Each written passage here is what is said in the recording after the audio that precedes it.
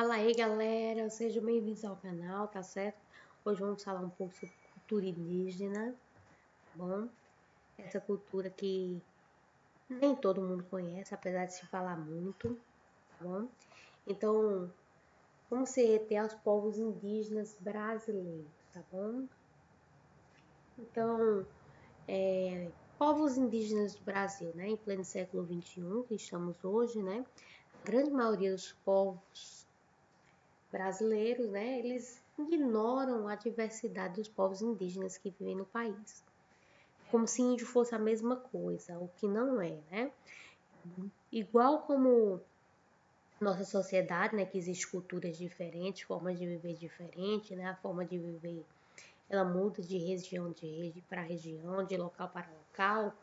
Os índios, eles também mudam sua forma de viver, né? Então, cada aldeia indígena tem uma percepção única sobre determinadas coisas, apesar de parecerem-se em outros aspectos, tá certo?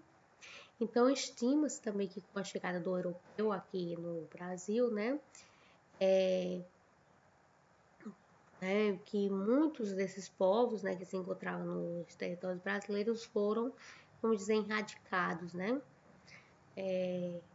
Antes existia mais de 1000 povos, ou seja, diferentes, né? Entre 2 a 4 milhões de pessoas. Né? E hoje no território brasileiro a gente só encontra 256 povos, né?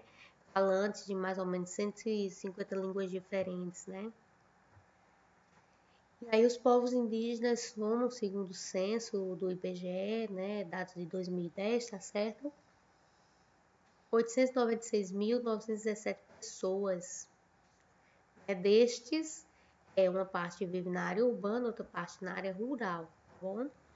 E corresponde aproximadamente a 0,47 da população total do país. Ou seja, é uma população que antes era muito grande, visto que sofreram, né? Hoje em dia é uma população muito pequena comparado com a população de todo o país, né? A maior parte dessa população, né, distribui-se em aldeias situadas no interior de terras indígenas, né, do norte e do sul do território nacional, tá bom? E aí, a expressão genética, povos indígenas, né, refere-se a grupos de humanos espalhados em todo o mundo e que são bastante diferentes entre si, né? É apenas, né, essa palavra é um uso de uma corrente de linguagem que faz o nosso país diferente dos outros, né? Quando a gente fala de povos indígenas, não existe só povos indígenas aqui do Brasil, né? Existem os povos indígenas da Austrália, de vários outros locais, tá certo? E aí, um exemplo também que outros locais utilizam para designá-los de uma forma genérica é aborígenes, né? Indígena ou aborígene, né, segundo o dicionário, né, é determinado de uma região, de uma localidade, é aquilo que se chama de nativo, né? E aí a gente sabe que, né, os índios são nativos, quando a gente veio para cá, eles já existiam aqui, né? Autóctones, né, que é outras expressões usadas ao redor do mundo para denominar esses povos, né? Autóctones quer dizer também é nativo, nascido naquele local, né? Tá certo? E aí, genericamente, os povos indígenas que vivem não são apenas em nosso país, mas em todo o continente americano, né? São também chamados de índios, né? Essa palavra é fruto do equívoco histórico dos primeiros colonizadores, né? Que perpetua até hoje, né? Quando chegaram às Américas, por achar que estavam chegando às Índias, né? Denominaram os moradores daqui, os nativos, de índios. Apesar do erro, o uso ainda continua sendo utilizado até hoje, o uso da palavra, tá certo? Né, os próprios pessoas, né, integrantes das tribos também se consideram índio, né? E faz essa palavra no Brasil até hoje como sinônimo de indígena, né? Os indígenas têm esse sinônimo por causa desse erro dos colonizadores, né? Mas aí existem certas semelhanças, né, entre as tribos também da América do Norte, Central, do Sul, né, que também esses índios a gente pode chamar de ameríndios, né, que são os índios da América, né. Os índios ameríndios são os povos indígenas de toda a América, sendo elas Norte, Sul ou Central, tá bom? As técnicas passadas, né, é uma palavra bastante utilizada para designar os índios eram os civícolas, que quer dizer que nasce nas selvas, né? O termo é totalmente inadequado, porque faz parte. Se você faz parte de alguém indígena, não é de fato ter nascido numa selva, né? Porque os índios não nascem na selva, eles nascem, né? Na aldeia, né? Então é um termo também bastante errôneo para se utilizar.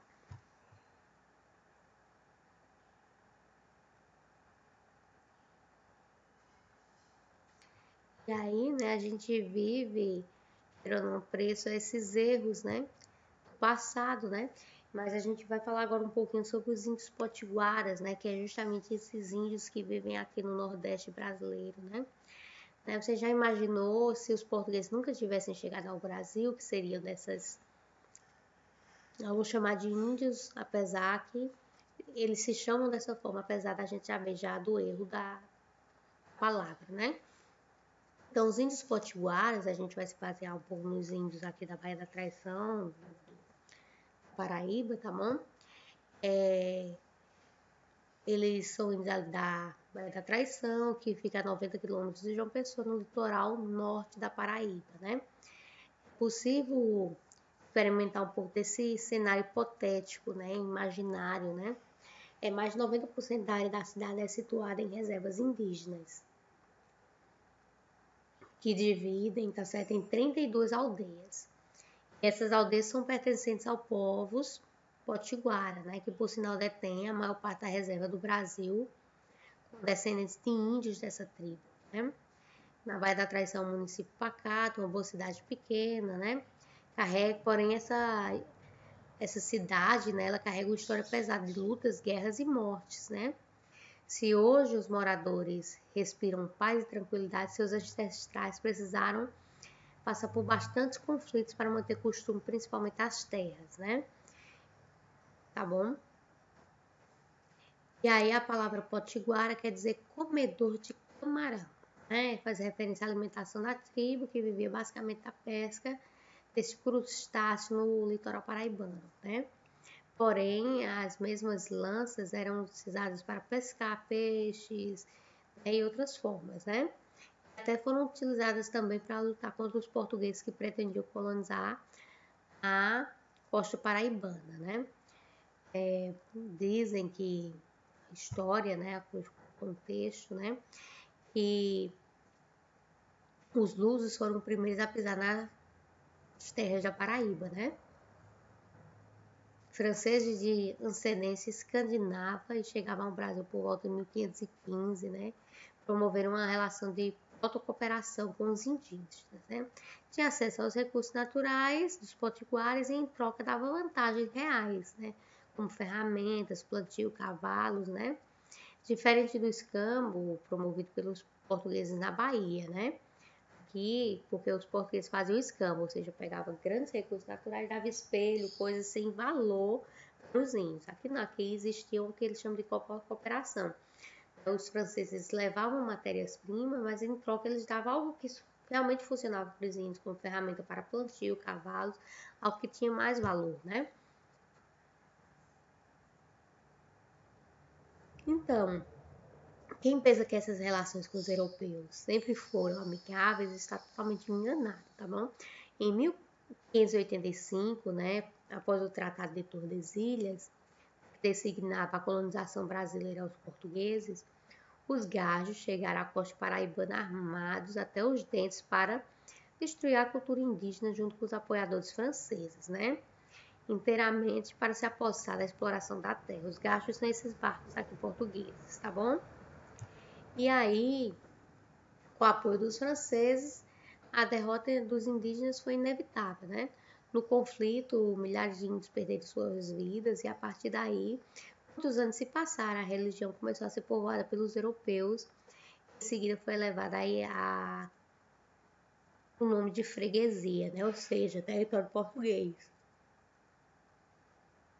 Bom, então essa freguesia, esse território português, né? Não mudou, né? Não mudou a força da cultura indígena para superar as adversidades, né? Os índios, eles continuavam lutando para manter sua cultura, né? Então, Uma curiosidade é que os potiguaras, eles fazem parte da família Tupi-Guarani, né, a língua deles.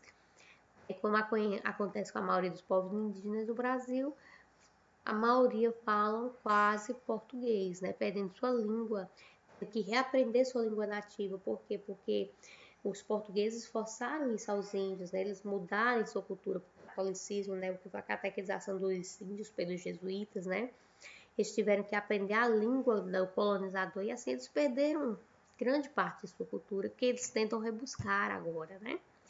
E aí algumas festividades indígenas, os potiguares fazem diversas festas, né? Muitas delas são religiosas, embora estejam ligados aos santos padroeiros das aldeias, né? Para vocês verem aí a influência portuguesa como foi bastante forte, né? Então, as festas marcam, né, as épocas de plantio e colheita, né, sendo também consideradas ritos de fertilidade, né. Eles também comemoram as festas juninas e Natal, né, pela influência aí do povo colonizador, tá certo? Uma das festas bem interessantes, né, que é o que eles chamam de toré, né? Trata-se de uma dança realizada por muitos grupos indígenas do Nordeste. O toré é encarado como um ritual sagrado para celebrar a amizade entre diversos povos indígenas, tá certo? Então, todos os habitantes da aldeia participam dessa dança do toré, inclusive as crianças. Durante o ritual, tocam-se zabumba e maracá, para que os participantes cantem e dancem em movimentos circulares, como mostra aqui essas imagens, tá bom? A letra das músicas fazem referência aos santos, aos elementos da natureza e figuras míticas, tá certo? E aí, tem uma coisa bem interessante que as pessoas gostam muito de falar dos indígenas, é o antropofagismo, né? Que é o que foi chamado pelos europeus de canibalismo, né? Porém, é um ritual um pouco diferente, não é só comer carne humana, né? Eles tinham uma crença diferente sobre isso, né? Os rituais dos índios brasileiros sobre o canibalismo, eles acreditavam que o espírito, aquele que fazia aquele sujeito de determinada forma, isso passaria para quem se alimentasse. Um exemplo, se o sujeito corresse rápido demais e eu comesse as pernas daquele sujeito, né, através da antropofagia, eu iria conseguir correr bastante, né? São algumas crenças, né? E não era somente um petisco, né? A carne humana não era só um petisco para os índios, né? Como os nossos povos, né? O povo europeu, o povo ocidental pensava, né? Evocavam uma quantidade de cerimônia, né, sobre o sobrenatural. Além disso, eles acreditavam também, eles casavam essa pessoa, faziam ainda chorar por ela. Tem todo um ritual, né, totalmente respeitoso antes, enfim, de matarem o sujeito e se alimentarem dele, né? Eles acreditavam que o indivíduo ganharia força pela essa assimilação dos outros, né?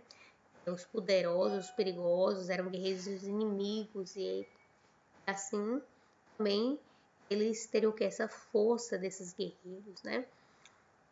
É tanto que pessoas covardes, essas pessoas eles não matavam e para se alimentarem, né? Então o que a gente sabe sobre a antropofagia foi justamente o que o Gans, né, ele falou, né, ele foi uma dessas pessoas capturadas e por ele ser covarde, ele não foi morto, então ele pôde verificar todo o ritual da antropofagia, né, através da pesquisa participante e passar para que a gente compreendesse um pouco mais sobre isso, tá bom? Aqui é mostrando um pouco dos rituais, né, antropofágicos, né? E aí, os inimigos mais poderosos que essas populações tinham eram os portugueses, né? E aí esses lusos, né, os lusos portugueses se tornaram o prato favorito da taba, né? Da taba quer dizer de toda a aldeia, né? Então, o Hans Staden, como eu já disse, né, de Arden no Morken, né, ele, por ser alemão, ele foi poupado pelos tupinambás que capturaram ele em Ubatuba, São Paulo, em 1549, né? Então, prisioneiro dos índios, ele precisou vários rituais e pôde fazer uma leitura mais precisa e passar um pouco para a gente como isso funcionava, né? Além dele ser poupado, não foi só por ser alemão, também ele foi covarde, ele pediu para não matá-lo e os índios não queriam ser covardes, queriam ser guerreiros, né? Então, não valia a pena, né, ter uma característica desse tipo, se alimentar dele por causa disso, né? Aqui é mostrando mais fotos do ritual, como acontece, né? Tá certo?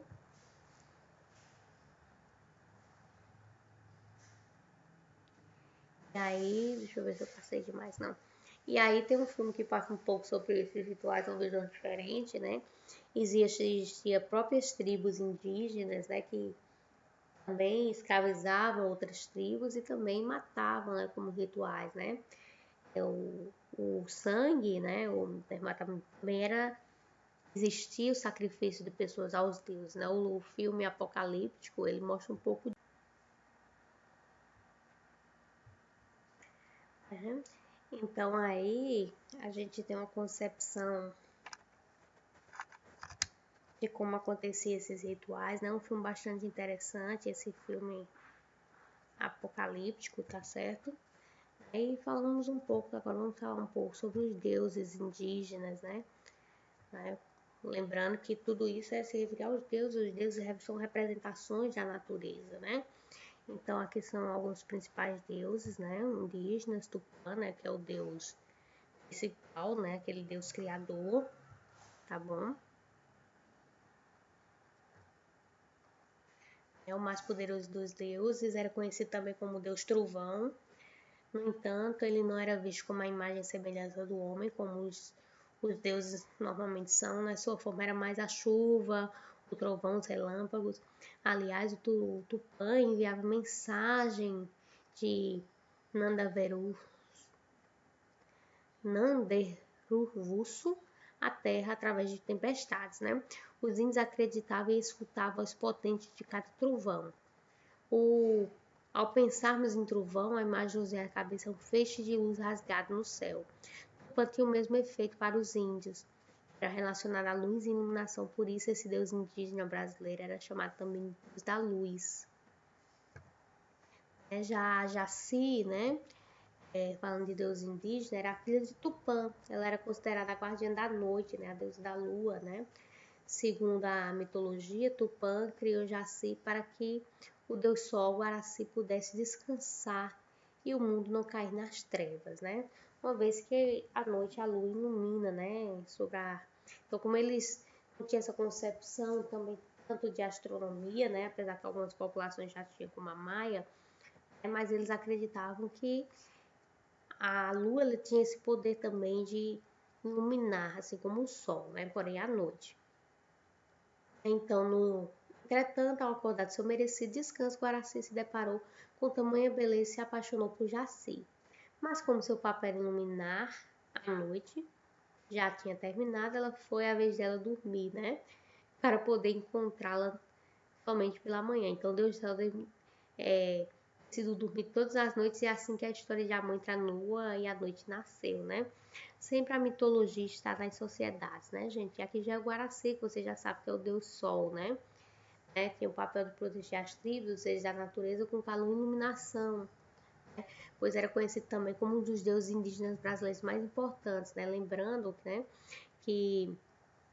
Por que ele é conhecido como dessa forma, né? Porque o Deus Sol, né, a gente precisa do sol para os processos biológicos, né? As plantas, elas não conseguem produzir fotossíntese sem o sol, né? E todos os animais, eles se alimentam primeiramente de plantas. Aqueles se alimentam até de carne, né? Ele que se alimenta também da carne do animal que queira ou não seja herbívoro que come as plantas, né? Então, por isso ele era chamado de doador da vida, protetor de seres vivos e guardião da luz, tá bom? Aí tem o Inhangá, né? Que os deuses indígenas brasileiros também, ele é o deus do submundo das trevas, né?